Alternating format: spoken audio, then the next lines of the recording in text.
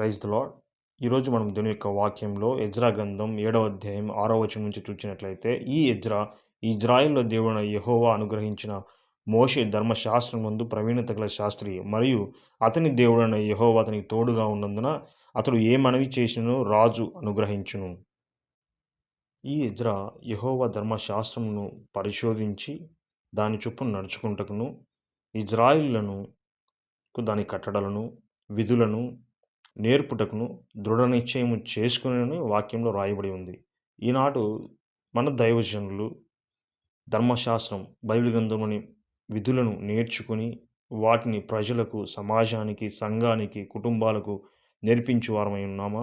ఆ కట్టడం విధులను దేవునియందు భయభక్తులను మనం నేర్పించే వారమై ఉన్నామని ఒకసారి పరీక్షించుకోవాలి.